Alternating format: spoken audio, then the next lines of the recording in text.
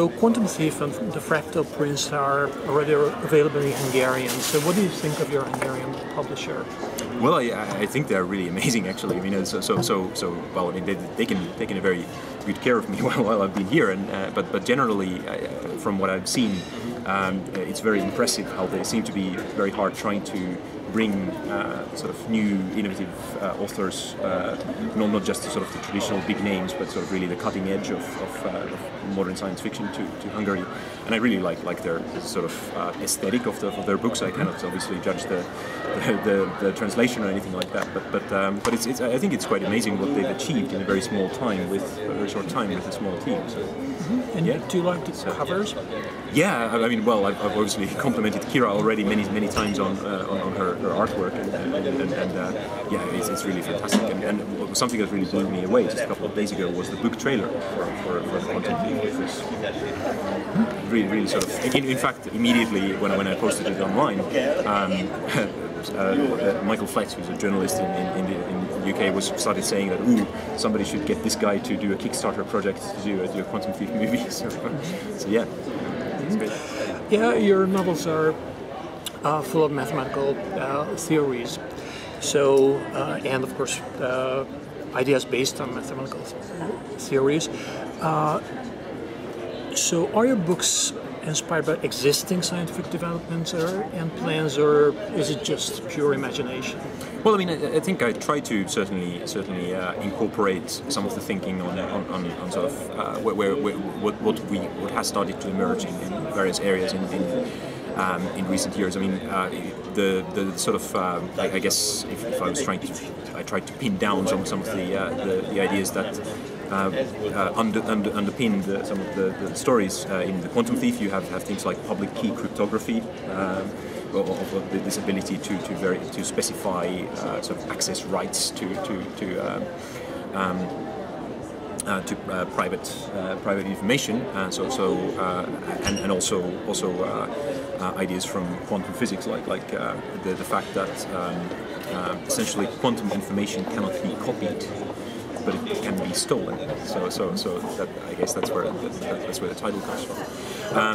The Fractal Prince has a lot of ideas which are perhaps more speculative, which I wouldn't take as seriously. For example, a lot of the ideas in the Fractal Prince involve consciousness and the ideas of Douglas Hofstadter, who's a sort of an American cognitive scientist and a computer scientist, and those, I would say, are far more speculative, and I wouldn't. So he has this idea of consciousness as a kind of strange loop, as this kind of self-referential object, sort of like these drawings by M.C. Escher kind of thing. That he argues that there's this similar coupling between sort of the high-level processes in our consciousness and then sort of the activity of the neurons that sort of entwine in this strange loop. And he then also claims that two sort of consciousness loops can become somehow entwined, so that part of you actually somehow exists in the heads of other people, and those are ideas that I think should not be taken seriously necessarily as scientific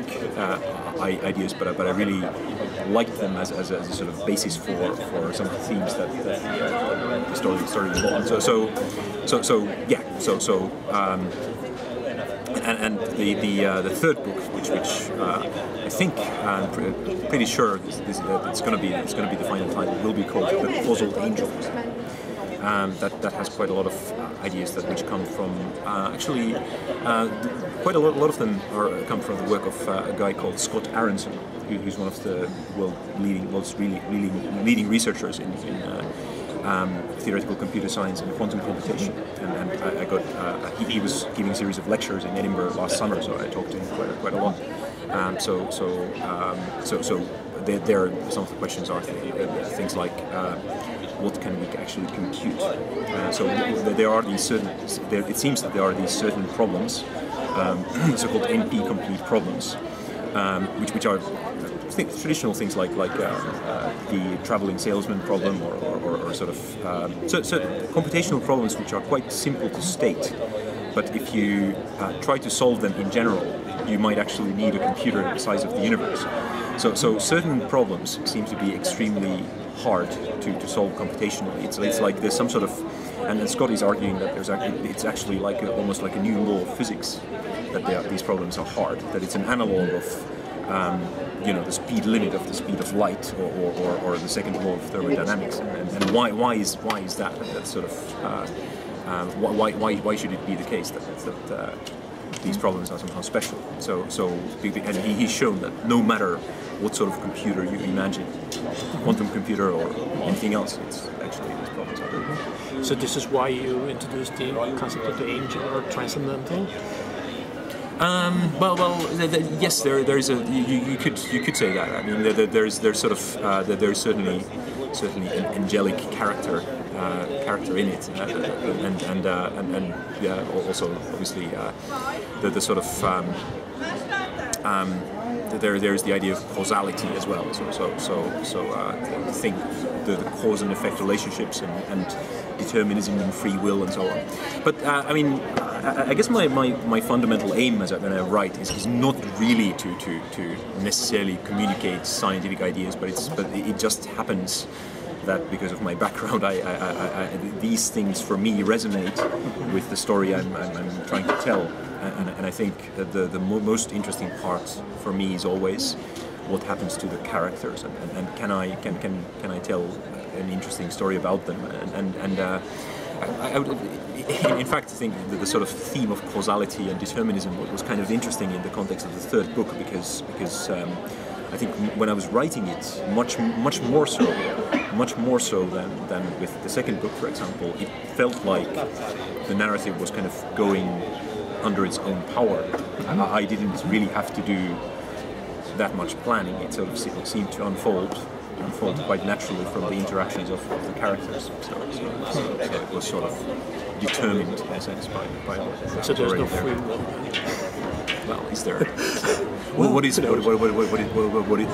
free will? I mean, that's actually one very interesting point that Scott Aronson makes about free will is that people present it as a kind of a binary question.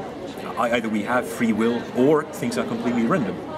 But in fact, in theoretical computer science, there's a whole continuum of things which exist between completely random and predetermined. So what do we mean? Where do we lie on this axis? That's sort of. What could you tell us about the future that you describe in your books? Do you think that it's a possible future? No. I mean, there's it's sort of it's a thought experiment, you could say. I mean, I've taken certain assumptions which I don't think are necessarily realistic. I mean, which are. And a lot of these assumptions actually come from the constraints of having to be able to tell some sort of story. Like, for example, I mean, one of the strongest assumptions I make quite early on is that true artificial intelligence is a very hard problem. I mean, well, okay, yes it is, but I'm assuming it's so hard, it's so fundamentally hard that actually what we're going to get before that are uploaded human minds. Actually, I'm very skeptical even about the possibility of really uploading human minds, but I mean, I think it's quite a problematic as a concept. But in the context of this universe, I am assuming it's possible and it's going to happen before we get completely artificial intelligence. So basically, all the entities you see or encounter in the quantum thief universe are in some way derived from human beings, which makes it easier to tell a story because you can create fallible and relatable characters. So that was very sort of firmly stated assumption, and which I tried to stick to. And there's many other things which kind of relate to some of the ideas about consciousness and quantum computation I mentioned earlier. So I mean, it's just a thought experiment, and I certainly don't think it's realistic. Now perhaps the kinds of things I think will be elements of most foreseeable futures, which I have tried to explore, are things like blurring of boundaries between humans and our machines. So various forms of brain-computer interfaces. I think will be quite important in real life as well. This is one of the reasons why I've actually played these kinds of things myself a little bit. I was telling you earlier about the EEG project, so that was kind of a real life experiment to try to see if brain-computer interfaces in a very primitive form could be combined with fiction. But science fiction writers cannot really predict the future. It's not. It's just you essentially project questions that you care about into this imaginary future and use it as a playground to explore.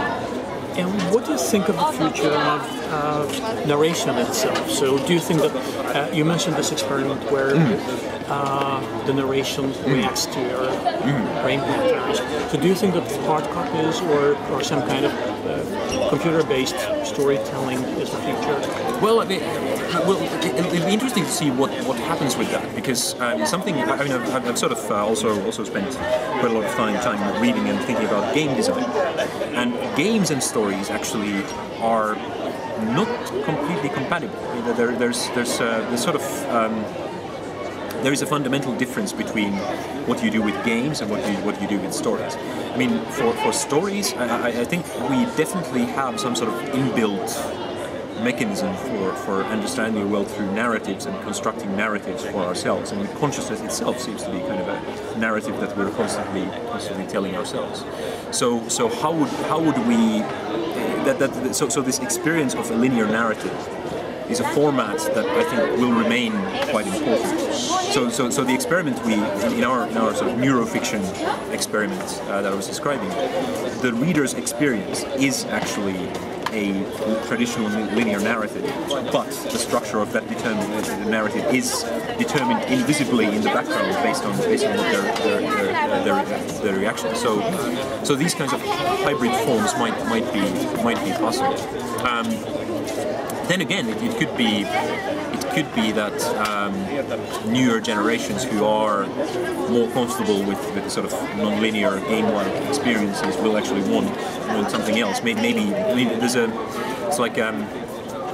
nice book by Stephen Berlin Johnson called "Everything Bad is Good for You," where because there's been an awful lot of debate about how are computer games bad for the children? Do they encourage violent behavior?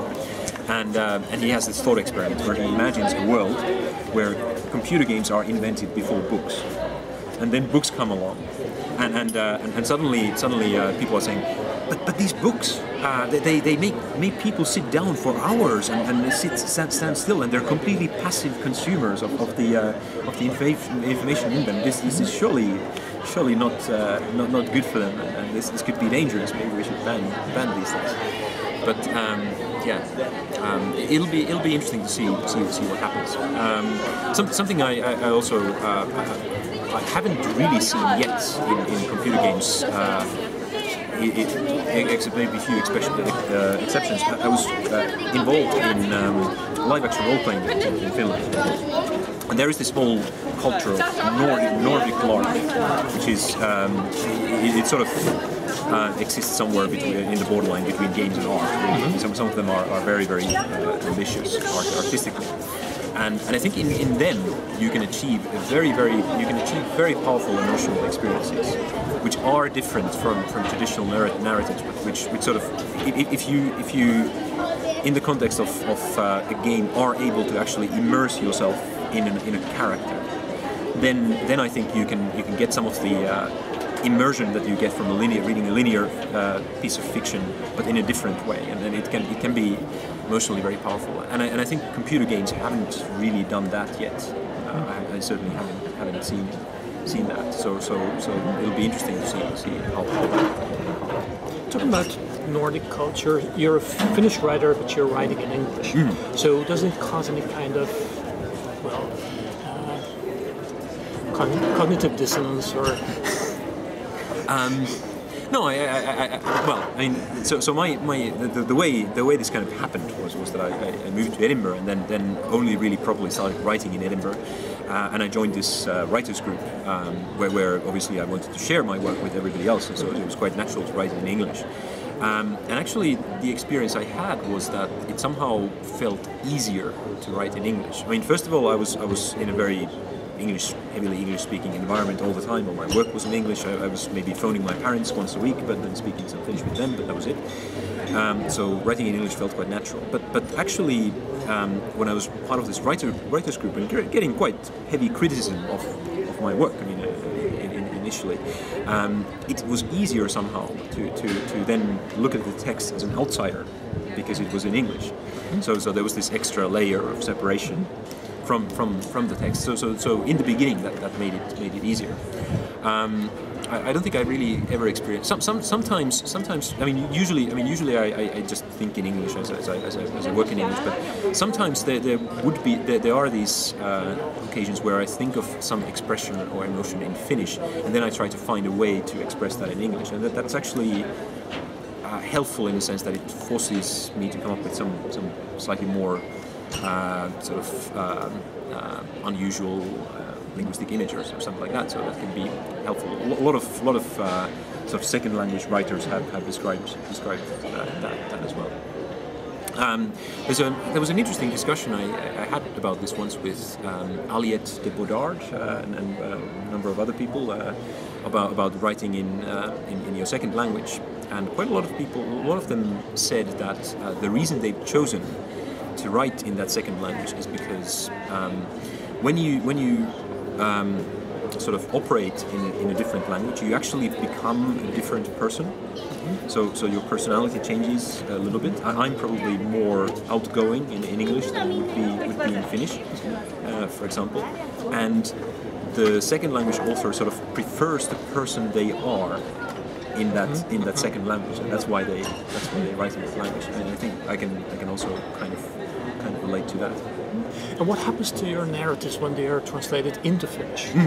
Well, that was so. I worked quite closely with my Finnish translator Antti Autio, and yes, I think you mentioned the word cognitive dissonance, and that was certainly an experience I had when I first encountered his translation, and I found it very strange, the reason for that, I think, was because for me, Finnish at that point was the language of sort of communicating with friends and family, whereas my sort of English-speaking persona was different. And if I had written the same story in Finnish, it would have been very differently told, I think. Whereas Antti's translation was quite faithful, so therefore it felt like it was my English-speaking voice in Finnish, which was really bizarre.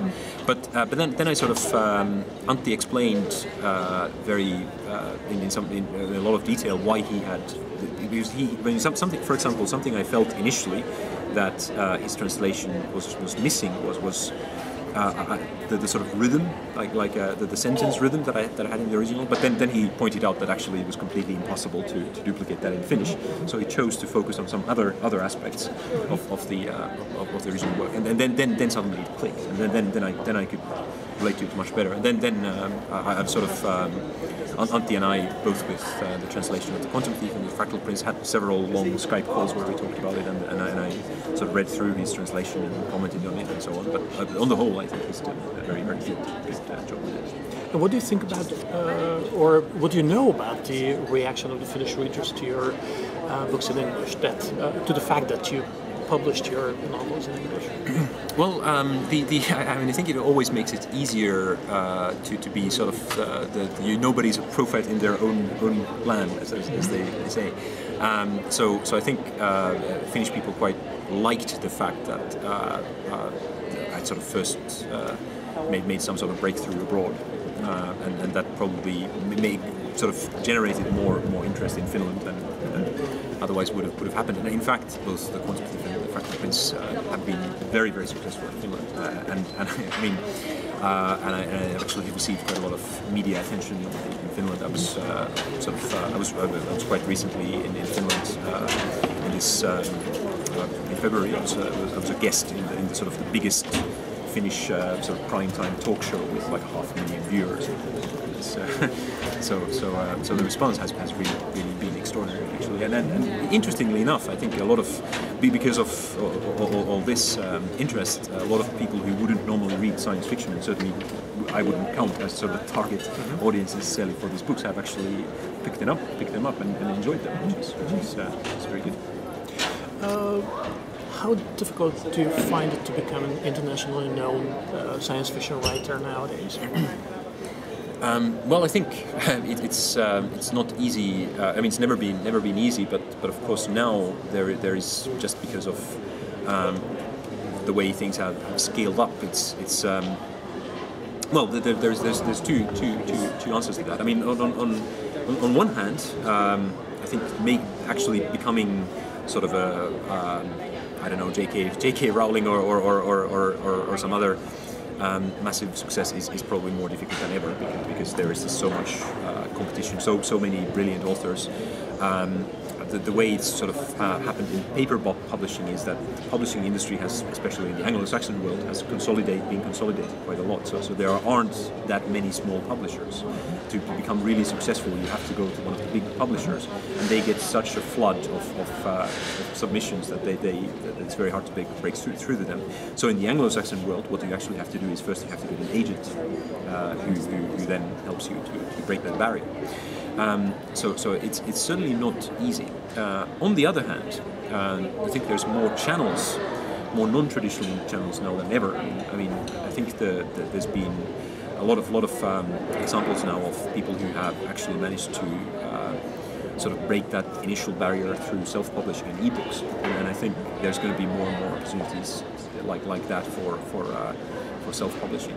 And it's I mean, I don't think that will completely replace traditional publishing, but it certainly provides sort of an alternative route now. So that makes it easier. Okay, and one final question: do you have any specific message to your Hungarian readers? Well, specifically Hungarian. Well, I think Hungarians should be quite well placed to appreciate and enjoy the books. Because there's a famous quote from Enrico Fermi who's well known for this Fermi paradox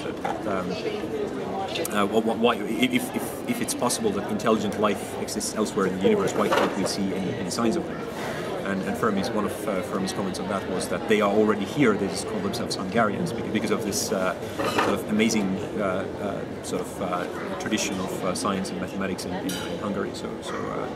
So certainly I've thought about the work of Hungarians like John von Neumann and his generation while writing these books. So hopefully Hungarians can benefit from that. So thank you very much, and we wish you all the success in the future, and especially with your third. Thank you very much. Thanks. Thank you.